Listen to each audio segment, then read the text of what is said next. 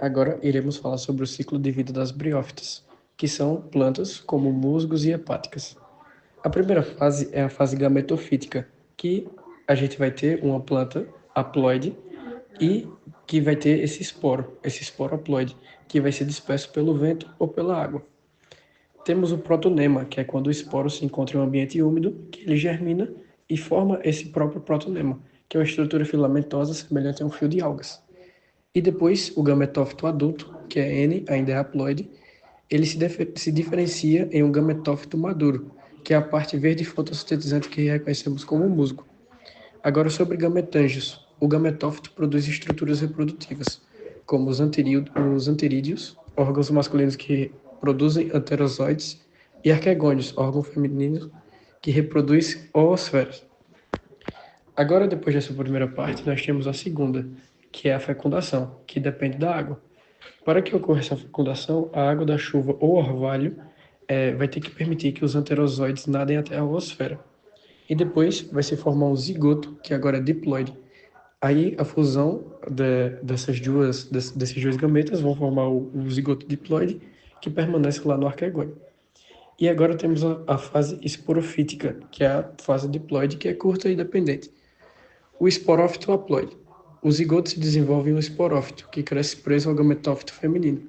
E agora nós temos a cápsula, que é o próprio esporanjo, e lá é o ápice do esporófito, que forma uma cápsula onde ocorre a meiose, produzindo novos esporos haploides. E agora tem essa liberação de esporos aí. Quando madura, a cápsula se abre e os esporos são liberados, reiniciando o ciclo. E assim, as plantas briófitas têm o seu ciclo de vida e de reprodução.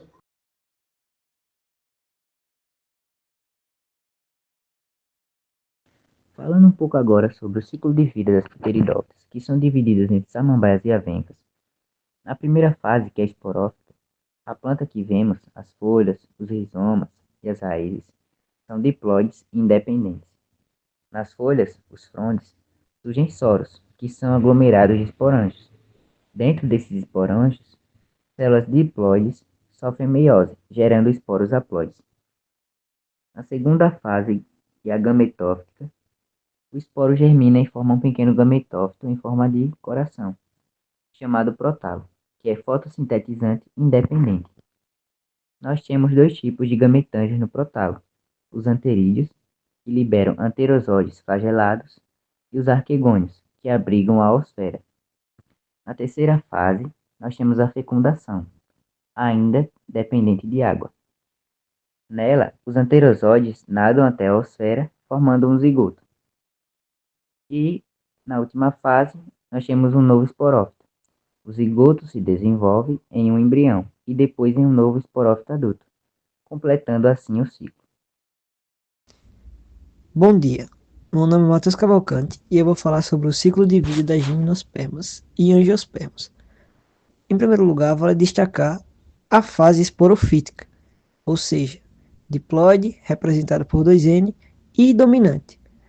Vamos começar falando sobre a planta adulta, que é representada por árvores ou arbustos com raízes, possui um caule lenhoso e folhas. Segundo lugar, vamos falar sobre os estróbilos, que são os cones, as estruturas reprodutivas que produzem esporos. Os cones masculinos possuem microsporângios, que liberam micrósporos que se tornam grãos de pólen, que é o gametófito masculino. E os cones femininos possuem megasporângios que produzem megásporos, desenvolvendo-se no óvulo, que é o gametófito feminino. Em segundo lugar, vamos falar sobre a polinização, que acontece pelo vento. O pólen é levado pelo vento até o óvulo. O grão de pólen forma um tubo para levar o gameta masculino até a oosfera. E este tubo é um tubo polínico, que se trata nada mais nada menos do formato deste tubo. Em terceiro lugar, temos a fecundação, que acontece sem dependência de água, onde forma-se um zigoto 2N após a fusão dos gametas e uma semente 2N, que é onde o embrião se desenvolve dentro do óvulo, que se transforma em uma semente. E esta mesma é protegida por um tegumento. No quarto tópico, vemos a dispersão e germinação, onde as sementes são liberadas, às vezes com asas para dispersão pelo vento e em condições favoráveis.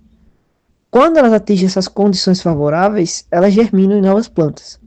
Resumindo, as gimnospermas não dependem de água para a reprodução, têm sementes nuas, ou seja, sem frutos, e gametófitos muito reduzidos, que são o pólen e óvulo.